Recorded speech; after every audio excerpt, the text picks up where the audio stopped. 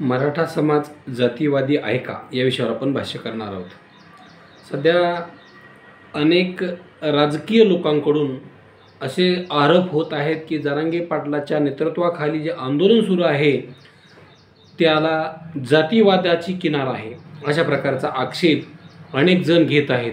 अनेकांनी तर यात्राच काढलेल्या आहेत, मग ते वेगवेगळ्या नावानं या ठिकाणी ती वंचित बहुजन आघाडीची यात्रा असेल, आरक्षण बचाव यात्रा असेल किंवा लक्ष्मण हाकेची यात्रा असेल, तर गावागावामध्ये त्यांनी सांगण्याचा प्रयत्न केलेला आहे की मराठा हा राज्यकर्ता समाज आहे, ही राज्यकर्ती जमात आहे, मराठा राज्यकर्ती जमात आहे अशा प्रकारचं ते बिंबवण्याचा प्रयत्न करत आहेत।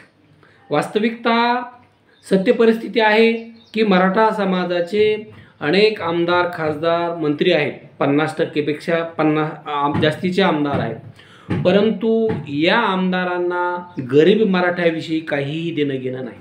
80% समाज हा देशोधडीला लागलेला आहे, इतक्या वाईट अवस्थेत तो जगत आहे, मजुरांपेक्षाही वाईट स्थिती त्याची आहे। आता आणखी कुठले शब्द यासाठी वापरायचे? ते 20% जरी मराठा असले तरी त्यांना मराठा समाजाचं गांभीर्य नाही। त्यामुळं या सगळ्या लोकांकडं म्हणजे 20% राजकारणात असं म्हणत नाही मी, राजकारणात तर ते 2-3% असतील, 1% पण नसेल किंवा पॉईंटमध्ये असतील, परंतु त्यांचं प्रमाण जरी भरपूर असलं तरी त्या राज्यकर्त्या लोकांना यांचं देणं घेणं नाही आणि हा जो वरचा वर्ग आहे त्यांना त्यांचं गांभीर्य आहे असं वाटत नाही। म्हणून गरिबांची तळमळ गरिबालाच असते, ज्याची जळते त्यालाच कळते आणि अशा या अवस्थेतून फाटक्या घरातील मॅनेज न होणारं नेतृत्व मनोज जरांगे पाटील निर्माण झालेले आहेत। त्यामुळं राज्यकर्ती जमात असं म्हणणं चुकीचं आहे, सर्रास चुकीचं आहे। आता त्या कोर्टामध्ये काय मांडलं, काय मत व्यक्त झालं हा इतिहास आहे, परंतु वास्तव स्वीकारावं लागेल।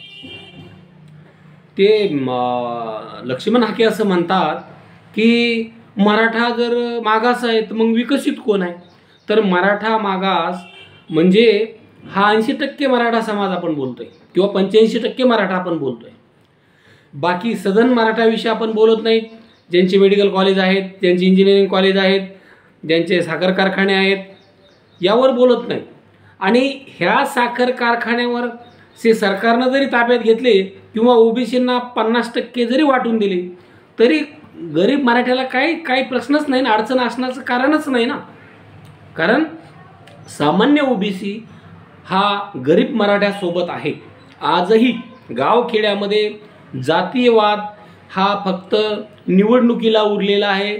आजही ते एका ताटात जेवतात, एका मोटरसायकलवर गावाला जातात। ओबीसी आणि मराठा बांधव हे सगळे अनेक कार्य आहेत की ते एकमेकांशी देवाणघेवाणीने करतात। मग ते एकमेकांचा बैल एकमेकाला देणं, याला 4 खताच्या बॅग कमी पडल्या तो त्याच्याकडून घेतोय, म्हणजे अडचण कुठलीही नाही, कुठलाही जातीवाद नाही। आणि जे काही 0.12% लोक आहेत ज्यांचे किडे वळवळतात, मग ते इकडचे असतील तिकडचे असतील, असं नाही म्हणायचं की ते एका बाजूचे, दोन्ही बाजूचे आहेत। तर तसा एखादा दुसरा व्यक्ती बोलला या बाजूचा किंवा या बाजूचा, तर याचा अर्थ मराठा समाज जातीयवादी आहे असं म्हणणं सर्वस्वी चुकीचं आहे। प्रत्येक जातीत चांगले लोक आहेत, कोणी असो, तो मराठा असो, ते ओबीसी बांधव असो, दलित बांधव असो, मुस्लिम बांधव असो, कोणीही असो, आदिवासी असो, सगळ्या जाती धर्मामध्ये चांगले बांधव आहेत। आणि सगळ्याच धर्मामध्ये काही पॉईंटमध्ये म्हणा किंवा काही टक्केवारीमध्ये म्हणा वाईट लोकसुद्धा आहेत, सगळ्याच जाती धर्मामध्ये आहेत ते। पण याचा अर्थ ती जात किंवा तो धर्म वाईट आहे असं म्हणणं सर्वस्वी चुकीचं आहे। एका गोष्टीवरून सगळ्या गोष्टीला तो क्रायटेरिया लावणं हे अत्यंत खेदजनक आहे। जसं भुजबळ आणि कंपनी काहींच्या आशीर्वादानं असं बोलते की ही झुंडशाही आहे, हे माजुरडे आहेत, तर हे शब्द योग्य नाहीत। भुजबळांसारखा ज्येष्ठ व्यक्ती, अगदी प्रदीर्घ अनुभव असलेला, प्रशासकीय अनुभव असलेला व्यक्ती जर म्हणतो की नावी समाजानं मराठा समाजाचे केस कापू नयेत, बरं एवढ्यावर थांबत नाहीत, त्यांना आपापसात भादरू द्या, तर हे शिवशाहू फुले आंबेडकरांच्या महाराष्ट्राला शोभनीय नाहीच, बिलकुल. म्हणजे जबाबदारीनंच बोललं पाहिजे, या दुमत असण्याचं कारण नाही. कोणी चुकत असेल तर जरूर सांगितलं पाहिजे, परंतु जबाबदारानं बेजबाबदार वागू नये. आणि मराठा हा राज्यात मोठा भाऊ म्हणून भूमिका पार पाडलेली आहे. इतर समाजाला ज्यावेळेस आरक्षणाच्या सवलती असतील किंवा आणखी वेगवेगळ्या स्कीम्स असतील शासनानं आखलेल्या, त्या मिळत असताना मराठा समाजानं कधीही कुठंही विरोध केलेला नाही, अजिबात विरोध केलेला नाही.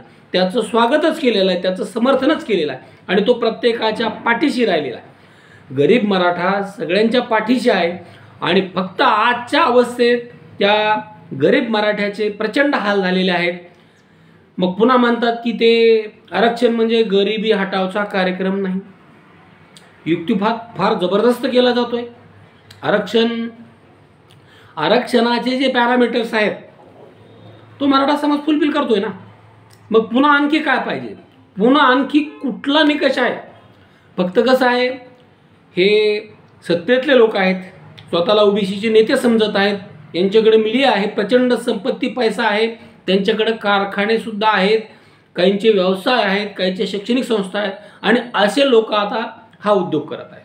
यांना कोणाचा आशीर्वाद आहे जग जाहीर आहे, परंतु असे उद्योग हे करत आहेत आणि मराठा समाजाला ठरवून टार्गेट केलं जात आहे. ते अत्यंत चुकीचं आहे. असा कुठलाही जातीवाद नाही, अजिबात नाही.